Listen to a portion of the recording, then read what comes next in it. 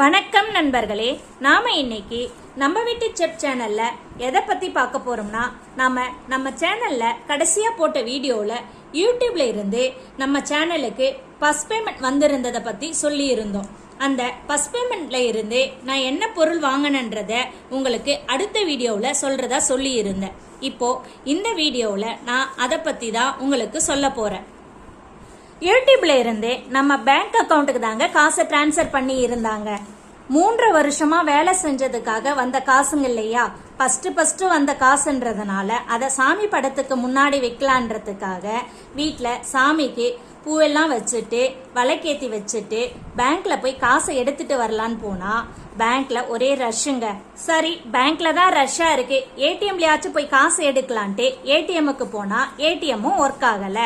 யூடியூப்ல இருந்து காசை சம்பாதிக்கிறதுக்கு தான் இவ்வளோ கஷ்டப்பட்டோன்னு பார்த்தா அந்த காசை எடுக்கிறதுக்கும் இவ்வளவு தடங்கள். என்ன செய்யறது?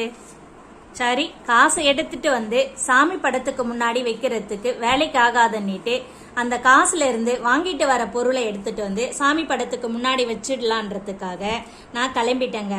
காசு கையில இல்லைன்னா என்னங்க, நம்ம காசு இல்லாம கொஞ்சம் கடைக்கு போயிட்டு போன் மூலயமா போன்பே, கூகுள் பே, பேடிஎம் மூலமா காசு டிரான்ஸ்ஃபர் பண்ணோம்னா பொருளை கொடுத்துட போறாங்க. அதனால நானும் கிளம்பிட்டேன். இப்போ இந்த காசு என் கையில வச்சிட்டு இருக்கேன்னு பாக்குறீங்களா? ஏடிஎம்ல இருந்து நான் காசு எடுத்திருந்தா இந்த அளவுக்கு காசு கண்டிப்பா எடுத்திருக்க முடியுங்க. அதனாலதான் எவ்வளவு காசு வந்திருக்குன்றதுக்காக உங்களுக்கு காமிக்கிறதுக்காக இந்த காசை நான் கையில வச்சிட்டு இருக்கேன். நமக்கு யூடியூப்ல இருந்து வந்த அமௌண்ட்டோ திட்டமான அமௌண்ட் தாங்க. அதை வச்சு என்ன பொருள் வாங்குறதுன்றத நான் ஒண்ணுக்கு பலமுறை திங்க் பண்ணிட்டேங்க. ஃபர்ஸ்ட் வந்த காசுன்றதுனால அதுல ஞாபகமா எதனா ஒரு பொருள் வாங்கி வைக்கணுன்றதுக்காக நான் என்ன பண்றதுன்னு யோசனை பண்ணிட்டே இருந்தேங்க. யூடியூப்ல இருந்து வந்த பேமெண்ட்ன்றதுனால யூடியூபுக்கு தேவையான போனு, ட்ரைபேட், மைக்கு இந்த மாதிரி ஏதாச்சும் ஒன்று வாங்கலான்ட்டு ஐடியா பண்ணுங்க. ஆனா எந்த பொருள் வாங்கினாலும் அது கொஞ்ச நாளைக்கு தாங்க நல்லா இருக்கும், அதுக்கப்புறம் அதனோட வேல்யூ போயிடுன்றதுனால இது வேணான்னிட்டு வேற பொருள் வாங்கலான்ற ஐடியாவில் இருந்தேங்க. சரி, இந்த காசுக்குள்ள என்ன பொருள் வரும்ட்டு நானும் யோசனை பண்ணி பார்த்தேங்க. கடைசியா ஒரு முடிவு பண்ணி ஒரு பொருளை வாங்கிட்டேங்க. இந்த காசை வச்சு நான் என்ன பொருள் வாங்கியிருப்பேன்ட்டு நீங்க யோசனை பண்றீங்களா? கண்டிப்பா யோசனை பண்ணுவீங்க. நான் இப்பவே அந்த பொருள் என்னன்ட்டு காமிச்சிடுறேன். ரொம்ப பெரிய பொருள் எல்லாம் வாங்கலைங்க, சின்ன பொருள் தான். ஆனா காலத்துக்கும் நம்மளுக்கு ஞாபகமா இருக்குங்க. அது மட்டும் இல்லாம என்னைக்கும் இதனோட வேல்யூ கம்மியாகாதுன்றதுனால ஒரே ஒரு கிராம்ல குட்டி டாலர் ஒன்று வாங்கியிருக்கேங்க. பாத்தீங்களா, 3 வருஷமா வேலை செஞ்சதுக்கு இந்த குட்டி டாலர் தான் கிடைச்சது. வாங்கின பொருள் சின்னதா இருந்தாலும் காலத்துக்கு நம்மளுக்கு யூடியூப்ல இருந்து ஃபர்ஸ்ட் பேமெண்ட்ல வாங்கினதுன்றத ஞாபகப்படுத்துங்க. அதனாலதான் இந்த பொருளை வாங்கினேன். நல்லா இருக்குங்களா? ஓம் டாலர் கரெக்டா இது 1 கிராம் அளவுக்கு இருந்துச்சுங்க. இன்னையோட விலைக்கு 1 கிராம்ன்றதே பெரிய விஷயமா இருக்குங்களே. அதனால இந்த 1 கிராமே நம்மளுக்கு பெரிய விஷயம்தான்.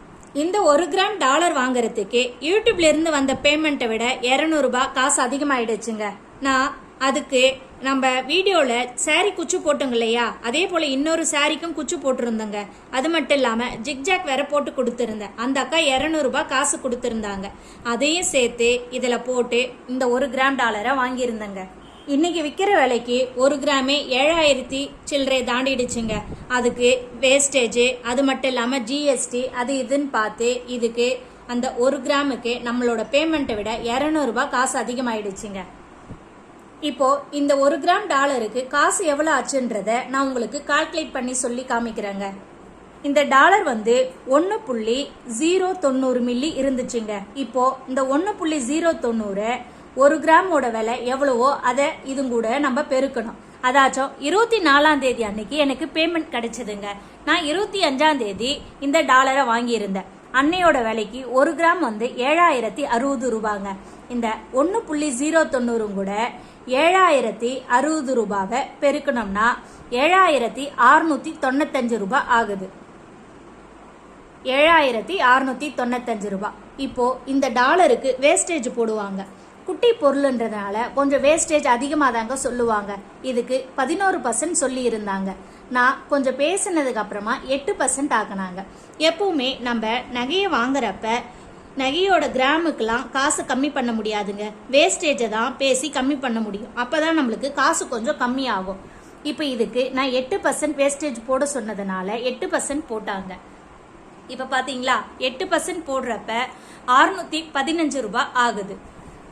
இப்போ 615 ரூபாய் கூட இந்த 7695 ரூபாவை கூட்டிக்கணும். 7695 ரூபாவை பிளஸ் பண்ணோம்னா 8310 ரூபாய் வருதுங்க.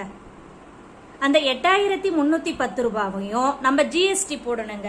எந்த பொருள் வாங்கணும்னாலும் நம்ம ஜிஎஸ்டி கட்டுவோம் இல்லையா? இப்போ 3% ஜிஎஸ்டி. இப்ப பாருங்க 3% இதுக்கு ஜிஎஸ்டி 8310 ரூபாய்க்கு 3% ஜிஎஸ்டி 249 ரூபாய். இப்போ அதுவும் கூட இந்த 8310 கூட்டிக்கணும். 249 ரூபாய் கூட 8310 பிளஸ் 249 ரூபாய். இது ரெண்டுத்தையும் கூட்டினோம்னா 8559 ரூபாய் வந்துச்சுங்க. இப்போ நான் கடையில 8500 ரூபாய் காசு கொடுத்துட்டு வந்திருந்தேங்க. இதுதாங்க இந்த நகையோட விலை.